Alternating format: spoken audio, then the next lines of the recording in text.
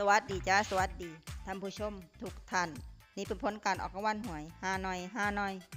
VIP ประจำงวดที่1กรกฎาคม2569รางวัลเลข2ตัวรางเลขที่ออก0303รางวัลเลข5ตัวรางเลขที่ออก91303 91303รางวัลเลข2ตัวบนเลขที่ออก1010รางวัลเลข3ตัวบนเลขที่ออก810810รางวัลเลข5ตัวเลขที่ออก76810 76810นี่ก็เป็นผลออกรางวัลหวยฮานอย VIP ประจำวันที่1กรกฎาคม2569ขอให้โชคดีมีชัยถูกหวยฮานอย VIP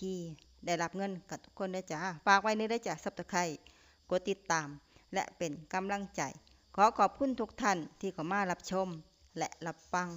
แล้วมาพบกันใหม่ในผลการออกหวยฮานอยในวันพรุ่งนี้สำหรับมื้อนี้ขอบคุณและสวัสดีจ้า